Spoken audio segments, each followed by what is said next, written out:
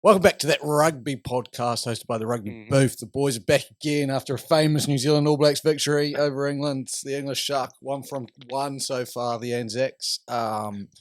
We called it as well. We both predicted it. Look, we did. It was a tight affair. Being at the ground, I'll give the English a lot of credit. That was one of the best atmospheres to any game of rugby I've ever sat and witnessed in my whole entire life. Yeah. The fans were incredible. I tell you what set up the stage beautifully for that game of rugby was the haka as well. Obviously, all the comments beforehand. England came up to the halfway line. New Zealand went as far as they've ever gone before, going past the 10, coming up to as close as I've seen an All Blacks team go to in a haka. It was spine tingling. You had the crowd singing in the background. It was something from a movie, just about. That's how incredible it was, and it didn't let up throughout the game. It was just an incredible environment to watch a game in. So, big ups to the English on that. I don't think I'll ever see, or I may. Hopefully, I do. I know Dublin's obviously pretty good. Wales is obviously pretty good as well with Murrayfield when it gets going, but that was something special. Onto the game now. People were talking, and there's a lot of talks that England lost this game. And that England lost this game when they made the change of George Ford coming on from Marcus Smith. So I'm going to start with this part here. To me, I understand the frustration with that because of Marcus Smith's 100% goal kicking. Obviously set up the try, but the try was set up for an intercept. Now let's start off with that. English attack didn't look like they were going to score all game. Not once did they threaten the All Blacks line. On occasions, Emmanuel, I believe it is, I'm going to butcher his name, Wai Fabiasu, the winger, was incredible. Like, again, when he had ball in hand, he looked like he was going to break the line. Everyone talking up Marcus Smith like he had the game of his life. I just thought he managed the game well. I thought Beauden Barrett had a shocker, and that led to Marcus looking better than he's probably looked before. But you look at guys like Furbank and Tommy Freeman didn't really touch the ball. Ollie Lawrence didn't do a lot. Slade didn't do a lot. Even their forward carries didn't do a lot. They didn't look like they were going to score a try, and so they needed to keep ticking over the points, which they did. And in all honesty, the All Blacks' discipline, which has been a problem for so long, and as many South African fans called out when I said it was an easy fix, has shown to be a harder fix for this All Blacks team. Tackling off the ball, unable to, get out of the ruck quick enough, just things like that where we were giving away silly penalties and keeping them in the game. And we kept them in the game. They ticked over the scoreboard. They did well on all accord with that on that end. So I think, look, when you look at it like that, I was like, I don't think England played that well, and they just about won the game. Like, had a chance to win the game. I don't think New Zealand played that well either. I think for the game, it wasn't that good of a game as when we're talking about the actual quality. A lot of drop balls, as I said, a lot of penalties. The George Ford change, and everyone's saying, oh, Marcus Smith should have stayed on. I go, George Ford is your finisher in that case, in the point where you expect him to make that kick and to make that drop goal. That is what George Ford is known for. Yeah. So I don't mind the change at all. Everyone is judging Borthwick's call based off the what actually happened rather than the expectations, if you know what I mean. Like, if you can get something down and you know that you expect something to happen, like George Ford making those kicks, but then it doesn't happen. It's like, yes, we did the process right, but it didn't come to fruition. And I go, you look at it and you go, yes, Marcus Smith had kicked all his kicks from the tee, but he also missed 2 drop goals. And I just went, there's a lot there that I go, none of that is guaranteed if Marcus Smith stays on. So if we go Marcus Smith stays on, then he'll be getting battered for not bringing on George Ford. If George Ford comes on and makes that kick, we're not having these conversations. So I go, he's put players in the right position, just they haven't delivered for him, I would say. Exactly. At the end of the day, the coach can only do so much. As you said it perfectly right there, exactly what I was going to say. He puts them in the position they need to be in to win the game, right? I 100% agree with you on that. If you'd polled England fans ahead of the game to say, would you sub out Marcus Smith for George Ford with 10 minutes to go in the game or whatever it was, the overwhelming majority would say yes. Overwhelming majority would say yes. They would agree with that call. It's much like I don't know if you remember this, but and it's a bit of an odd analogy, so stick with me here. But a few years back, the rugby league player Alex McKinnon was paralyzed by a tackle by another player, Jordan. God, I've forgotten his last name now. McLean. Jordan McLean. Mhm. Jordan McLean. Right now, there was a huge debate at the time about what sort of punishment should Jordan McLean receive, and in the end, the logic prevailed that you would punish McLean as if you would any other player for his actions, not the result of his actions, which is the correct tack to take, in my opinion. To use an NFL phrase, the analytics side of things, the percentages, they're going by, okay, 90% of the time when I put George Ford in, he's making that kick. He's coming through in the clutch for us. That's why he's our finisher. Therefore, I'm going to put him on, because that's the smart move. That's the sensible play. That's what, as I said, if you polled England fans before the game, they would have done the same thing. So yeah, it's and if you have proof that you would have kept Marcus Smith on the whole game, and you said that before the game, great. You put your hand up for the England coaching job. Reach out on LinkedIn or something. But I think if you would have said before the game that, or even not even before the game, during the game, right? Let's say even during the game, then maybe the percentages change slightly there because everyone sees Marcus Smith is on a hot streak. But I still think the majority of players recognize that nowadays you do swap out your halves, or you do have starters and finishers for a lot of positions, right? So I still think the majority of people would have put the finisher on the field. So yeah, I agree with what you said. I think some of that criticism is unwarranted of Borthwick, and it's more the players. Then again, who prepares the players? The coach. So some of the blame, yes, does reside with him, but I think not as much as what people are saying. Yeah, totally. And then on to the All Black side of things. Obviously, Wallace Atiti was out of this world yet again. I don't think I've seen a 20-year-old who, I don't think played a handful, a half the Super Rugby games towards the back end of the season come through and dominate so much. Again, 3 line breaks in that game. Breaking tackles. The offload to Leah was just something out of this world. He's locked down that number 6 jersey and potentially going to push Artie Savia for that 8 jersey when we really think about it, because he's a natural 8, Satiti. So, look, it's fantastic for us. As I said, I think Beauden Barrett had a pretty average game, just with his kicking and his decision making for what we've come to know of Beauden Barrett. I still would love him to be in the first 5 position, but he is out this week due to not finishing the game with an HIA. So I assume he's going to be concussed. Same with Cody Taylor. There was some really, really dumb things that happened during the game.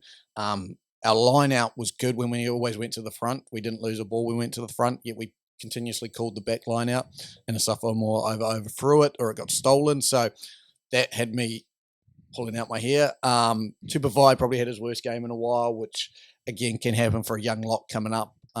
Just probably I think the physicality got to him a little bit. When I look around, Will Jordan, I think, is obviously our X factor, scored one of the better tries you'll see. Mark Talia, yet again, put his hand up. The finish on that to get us in the lead was absolutely incredible. And then the goal kicking, look, something so much we've been talking about in Beauden Barrett's career. Everyone's going to talk about the Damien McKenzie kick right on the sideline that he bent around perfectly, but Beauden Barrett had to be 100% up to there. We didn't miss a single kick, and won the game. So look, when I look at it and I go 3 tries to 1, and their 1 try was an intercept. Yeah. And I had been talking so heavily about our porous defense and the struggle we had with D. I go, I'm really impressed with the way we defended this game. The discipline is just something that's got to grow. And I don't know what they're telling them on D. I'm really interested in Tamati Ellison, defensive coach of the All Blacks, how he's coaching them, because they were doing a lot of tackles off the ball, but it looked like it was prep, like they were ready to take the players. And then if they didn't get it, it happened. And that's what led to a yellow card in the end to Anton Linder-Brown. And then it got overturned to a yellow and red because of the high tackle. But I just went, I'm interested to hear what their defensive plan was there, because they were just doing that a lot. But we move on to next week, which is obviously the big game against Ireland. But before we get on to that, All Blacks XV played Munster as well, got a good win, 38, I think it was 38-21 or something like that, 38-24. 38-24. Yeah, Duplessis Kharifi, the train rolls on for him. He had another fantastic game. So, again, Sam Cane being one of our remaining sevens and higher sevens again. Didn't have a terrible game. Was in and about the game for the All Blacks, but Karifi's probably knocking down that door for some of those later games in this tour, and especially with obviously the XV being over there, it's easy to bring players in and out. As we're seeing with Ruben Love, Japan was in the All Blacks this week, was in against Munster, back in the All Black squad now with Bodie out. So yeah, really good game there. Fabian Holland also had a good game, was named man of the match of that game. So a good game for them in Munster, a good opportunity for a few players to put their hands up there going into the Irish game. Last game for the Autumn Nation Series was Scotland versus Fiji, and I don't think many people would have picked this as much as it was. 57-17, if I'm correct. I will. 57-17 is correct. Yeah. I mean, Scotland just blew them off the park. Ill discipline from the Fijians, which has come to kind of be a bit of a sign in the Fijians' game. It is they play physically, and we know that, but they've got to clean that up if they want to win. Scotland were on fire, and that surprised me a lot, and that may have changed some of the decisions that I'm making in these predictions this week. It may not have, but it may have. Obviously, they go into what is probably the biggest game of their tour, I think, Scotland versus South Africa, with the amount of South African-born players in the Scotland side at the moment and stuff like that. It's becoming quite a heated rivalry, I see. So, obviously, South Africa, the favourites going into that one. But shall we go on to our predictions this week, my friend? Obviously, we've got Ireland against New Zealand, England against Aussie, Italy against Argentina, France versus Japan, Wales versus Fiji, and Scotland versus South Africa. You kick us off. All right, first one. We're going with this tour. We're going full ANZAC, right? I'm picking New Zealand. I think it's a revenge game for New Zealand. There's not quite the bitter rivalry there is between South Africa and Ireland, as there is between New Zealand and Ireland. But I know that New Zealand will still be peeved off about the Irish tour last year, even though they had their revenge at the World Cup. I believe. You guys beat Ireland in the World Cup. On the corner. Yeah. There is still that. I don't know. I mean, I'm picking it up from you. This is animosity towards the Irish, and especially the Irish being the number one team in the world. I think New Zealand will be really up for this game, and I think New Zealand's coming into their own a bit as well as a new squad under Razor. So I'm sticking with my ANZAC brethren on this one. I'm going New Zealand. I'm all in on the All Blacks, obviously. Ireland against New Zealand. It's probably one of the games that you've got circled in the calendar for this year, because especially in recent times with Johnny Sexton and Ricky Ioane, it's not often a retired player can get a bunch of current players up and about, but Joe Marler's pretty much did that for the All Blacks with his haka jibe and then retiring. Now we've got Sexton and Rico going at it. So I go, look, when I look at on paper, it's been 4 months since this Ireland team has played a game together. 4 months. Yeah. Now, I know Leinster is pretty much the Irish team made up with a few of the Munster boys and a couple of Connacht players, but it's 4 months since they've played together as an Irish squad. In that time, New Zealand has played 9 games against formidable opposition, 2 games against South Africa. In South Africa, just played England. So we're coming off the back of that. Yes, played Australia. Formidable opponents I was talking about. We were close. I know we're missing a couple of players. Obviously, Cody Taylor out is a huge loss. Beauden Barrett. So my assumption is Damien McKenzie's going to be running the show, which is, look, when I would be selecting Beauden first still, but Damien McKenzie is one hell of a handy backup to have. So I have no problems with this. This is a really, really big opportunity for him to stake his claim on that 10 jersey because, as you said, this is the number one team in the world we're talking about. But I have no doubt going into this, we win this game.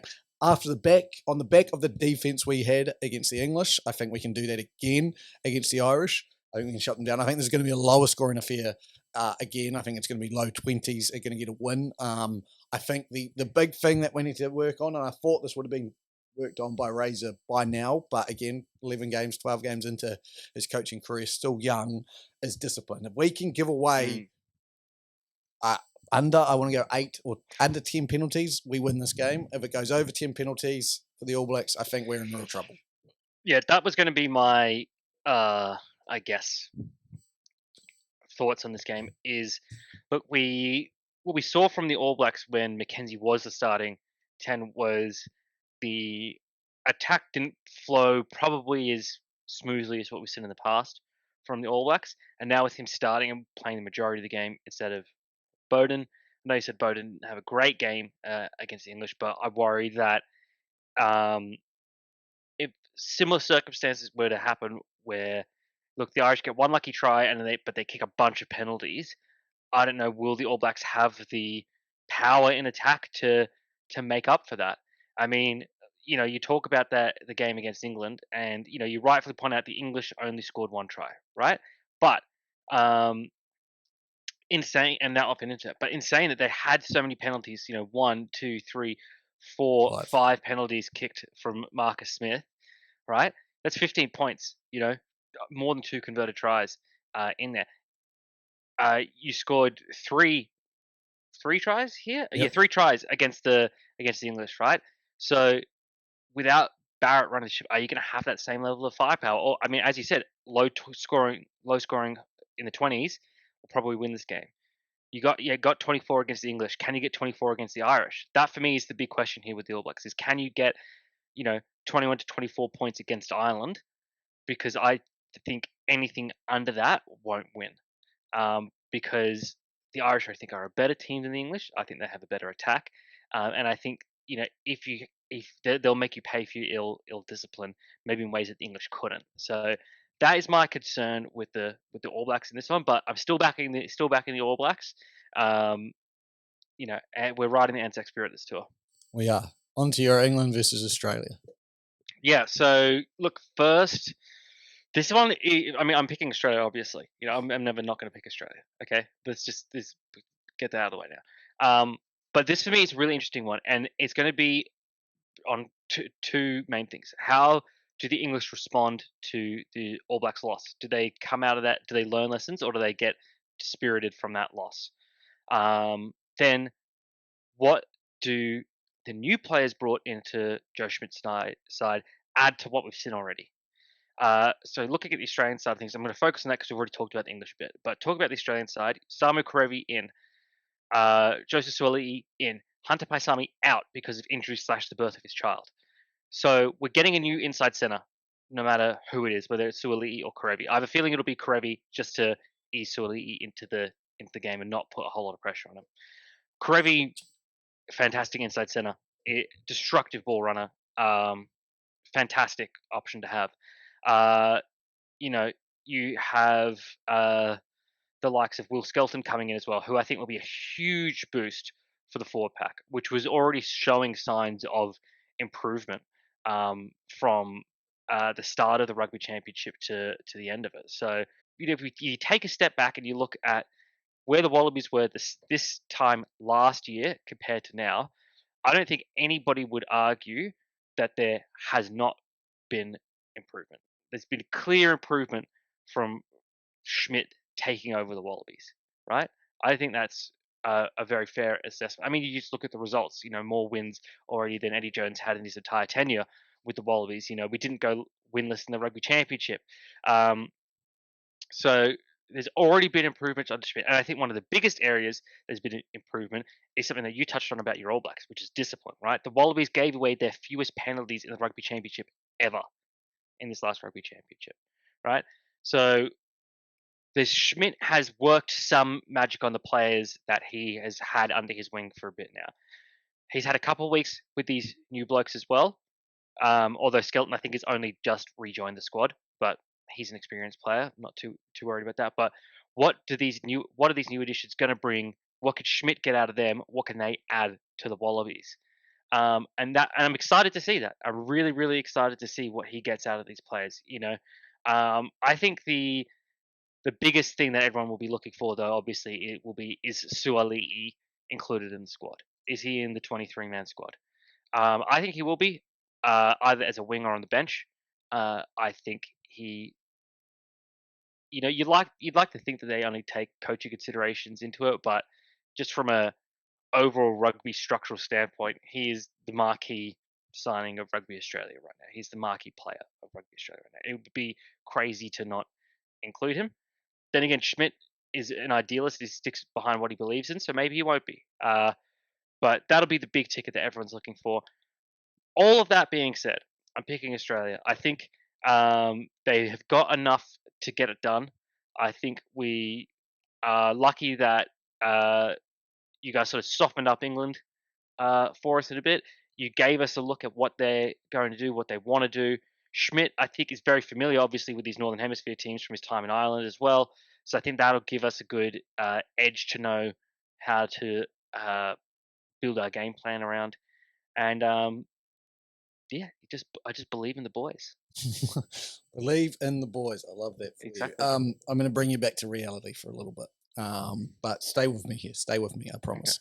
Okay. England versus Australia. Obviously, England are the walking wounded at the moment. Australia heading into their first game on this tour. England just losing to my All Blacks, as we've discussed on this podcast. Are going to want out and prove a point and make sure that they get a win here. The number I do notice is, as you mentioned, Joe Smith coached Ireland. In Ireland, when he was coaching, the team he had the worst winning record against was not, in fact, the All Blacks at 40%. It was England at 38%. So the English have knowledge over Joe Smith. What that knowledge is, who knows? As you said, you've got a lot of new pieces moving around. The English go in this, I think, needing a win. They need a win. The Wallabies don't need a win. You know, it is the Royals against the convicts here. They sent you on your way and they're ready to play you. Saying all of that, ANZAC spirit is alive. Fork the English. Wallabies by 6 points, I think. They somehow steal it. I need Tane Edmund to start probably in my predictions. Now I'm saying it and thinking about it. I don't think you win with Noah Lolosio in the helm. So I'm going Tane Edmund to start. I want Suaalii on the wing. I want Karevi there. I want Skelton. I want all the big bucks. I want it all there. Yep. I want a first time try scorer with Suaalii. We're there up the ANZAC. Aussie. Oi. Yes, preach it, my brother. See, well, let's do a predicted backline for the Wallabies here. Because my predicted backline, we might have done this last week, but let's do it now that we know Paisami's not in the squad anymore, right? Paisami's not in the squad anymore. So predicted backline: Gordon, Edmed, centers Karevi, Ikitau, wings, I think Peach and Suaalii, and Tom Wright fullback with Callaway on the bench. Yeah, I would go McDermott. Edmed on the bench and McDermott and Lolosio on the bench as well. And McDermott, Lolosio, yeah, that's how I would go. I would imagine, I wouldn't be surprised, as you said, if they go Edmed and Lolosio around the other way, or even Donaldson or whatever they decide to do. But yeah, like I think the way Edmed played, I would love to see. I think he's gonna. You need a running 10 against the English, I think. Yeah. I really do. They preach that flying D, and I think you need a running 10, and I think Edmed fills that gap perfectly. So there you go. You heard it here first.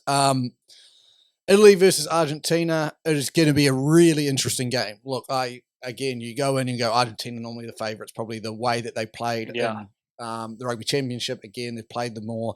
But this Italy team's a young up-and-coming team. The way they played in the Six Nations, you can't forget as well. You know, drew with France, pushing teams all the way to the end now. Yeah. So this is going to be one of those games where it's like the two, you'd say, minnows, and the nicest way of saying that, in their competitions, when you look at the Rugby Championship and the Six Nations, the two smaller teams going at it in the first games of their Autumn Nation series. I'm fascinated. I'm going to stick with the Southern Hemisphere. I still think Argentina, just because they've played more rugby more recently, get a win. I think Italy build into the Autumn Nation series well, but do not be surprised if we get here and Italy's got a win. I agree with that as well. I think it's a trap game for Argentina potentially. That being said, I still think Argentina take it, but it's closer than people. Look, I don't see Italy winning. I mean, Argentina might just come out and surprise us and be absolutely clinical and run Italy off the park. But equally, Italy might pull a bit of an upset, but I don't think they'll win. I think they could make it close. But yeah, sticking with the Southern Hemisphere here, going Argentina. France versus Japan. Look, I'm going to give you the numbers and stats and just tell you this is what's going to happen. France versus Japan is really France versus Eddie Jones. Eddie Jones is 5-12 since he took over the Wallabies in his loss. So he's played 17 games, won 5, lost 12. Of those 5 wins for Japan, it's been against USA, Canada, and Samoa. For the Aussies, it was Georgia and Portugal. That is not one tier one nation that he has beaten. Mm. He isn't going to do it against France. I've got no belief in him. I've got no belief in this Japanese team to do anything against a tier one nation at the moment. Doesn't mean that they can't build to something beautiful, but right now they are getting beaten by 50 points. I have nothing to add. I have nothing to add. I mean, you said it all there. Yep, Now, agreed. the last two games are probably the most interesting when we're Yes. talking about what's just happened this past week. Wales against Fiji. Up until this past week, I would have been like Fiji are the favourites going into this game. You know, Wales are still haven't won an international game in like over. I think it would be like 500 odd days just about now. Like they haven't done it for a Mm. year. They only beat the Reds just when they came down under. You look at that, but Wales, no, it's been less than 500 days, mate. who did they beat? In the Rugby World Cup. That's less than five. That's a year Oh, ago. yeah. No, it's over a year ago. But yes, Not 500 days ago, not though. 500 days. But they haven't won a game in a Yeah. year, have they? It was something I swear they No, haven't won. Rugby World Cup was in September October last year, so Yeah, that's yeah, yeah, over. yeah. Just the Okay, final was maybe 29th 400 of days. October. Give us So 400 days. Yeah, y- I'm reaching. Um, I thought you had won a game really recently, but they haven't yet. So they haven't won no, at least a year. Fiji, obviously. So then you go into this thinking. But what we just saw last week, I go, it's hard to imagine this Fiji team picking themselves up for a 40-point drumming by Scotland. Now I know Scotland is a level above Wales at the moment, but I just don't. I'm a big believer. I love Fiji. I love their rugby. Obviously, we're Fiji Judo fans, but I go, I can't see that happening in the space of a week. You can turn it around a 40-point game like that on the first game of the tour. Now Fiji are one of those teams that could do it, but I think Wales get their much needed first win in over a year in international rugby. I can't see yeah. Fiji turning around. But this is, again, if we had predicted this 2 weeks ago, I would have been sitting here saying Fiji's got this in the bag. Well, and the last time they played, Wales beat Fiji as well. So I also take that into consideration. Yes, it's over a year ago, but Wales had Fiji's measure then. I think they have it now as well. And yeah, I think Fiji, um, yeah, the way they played against Scotland does not inspire any confidence in me that they can beat Wales. Equally, Wales has not been confidence inspiring this year either. Um, and it may purely come down to you know uh, a penalty kick here or there. But of the two, just historically, I would say you'd have to trust Wales more than Fiji in this situation. So I'm going to go with Wales. Yeah, the uninspired bowl, isn't it? This one here, Yeah, we've got. I don't think they're inspiring us to get a win. If anything, we could end up with a draw, and that would be yeah, a sound result. Last game of the weekend, and as we said, Scotland versus South Africa. A lot of words have actually been exchanged. Razzie's already in the mind games. He was doing this a month ago, where he only followed the Scottish rugby team on Twitter. Or X, I should say. It's going to be interesting. I really don't know. The way Scotland played last week has me now rethinking it. I would have been all South Africa. And again, I know the South mm, African fans out there we like to criticise them, but you look at the South African team, and as we said during the Rugby Championship, they were yet to prove us wrong, and obviously Argentina did upset them. It's a chance they can be upset, but you look at their squad, the team they've got. It's hard to imagine another result not being South Africa. But the way I saw Scotland play again, I just sit there and I go, they've got the X factors, they've got the squad. It could be a famous Scottish victory. In Murrayfield is obviously the big thing as well. So I go, do Scotland do the unthinkable? No, they don't. They just don't. South Africa win this. I think it's just one of those ones where you can look back and you go, Scotland had a chance to win it, but somehow South Africa came out on top, this will be the first one we disagree. I'm going to take Scotland in this one. It's one of those ones where I don't know. I just have a feeling. Not that my feelings have ever really done anything good for me in the past, but uh, you know, I think that the fact that they have played more recently than South Africa gives them that little bit of an edge. And they're playing in Scotland, and it's if you know anything about Scotland, it's not a great place to be. But the people there are very passionate about their sport, especially their rugby. And I think the Scottish fans, the energy and the atmosphere of the crowd give this to Scotland in a horrifically low-scoring affair. I think this one could end up being something like 15-12 or 15-13, something like that. And I think when you get down to a slog like that, that favours the Scottish. And so I'm going to go with Scotland. Yeah, fair enough. There's our predictions for this week of the Automation Series. Let us know yours, obviously, in the comment section or on Instagram. Last thing for today. Your man, Joseph Suaalii, has only just made his... wore this hat.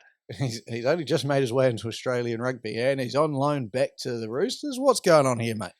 Yeah, well, no. So this was circulated in the news that Rugby Australia and the Roosters had met to discuss the possibility of loaning Suaalii back to the Roosters for the 2026 rugby season. So that's between the British and Irish Lions tour and the Rugby World Cup. Hours later, it was announced that nothing was happening there. Phil Waugh came out and shut it down pretty damn quickly and said, look, basically, it's a big deal. We need to manage our finances well, but it's not something that we're particularly interested in doing.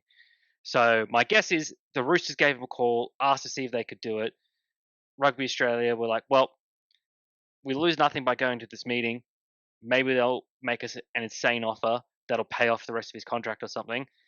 I think if they made him an insane money deal to loan him back, they might have said yes. But that's what it would take, insane money. And the Roosters obviously didn't do that because he's come to nothing. What I take out of this, though, is less about Suaalii and more about rugby.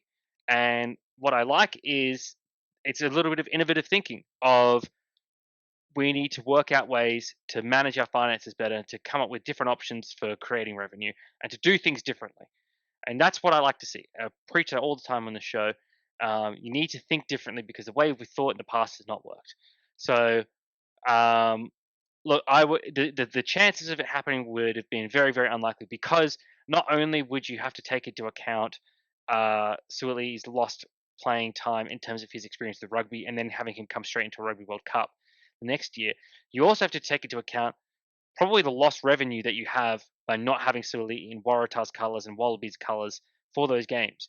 I would imagine that you would be selling more Waratah's tickets for having Suaalii in the squad, and particularly based on how he performs in this tour as well, which is another reason why I think we'll see him play during this tour, is to build up excitement for the next Super Rugby season and to get some ticket sales and revenue flowing, and to add juice to the broadcast deal that's being negotiated currently.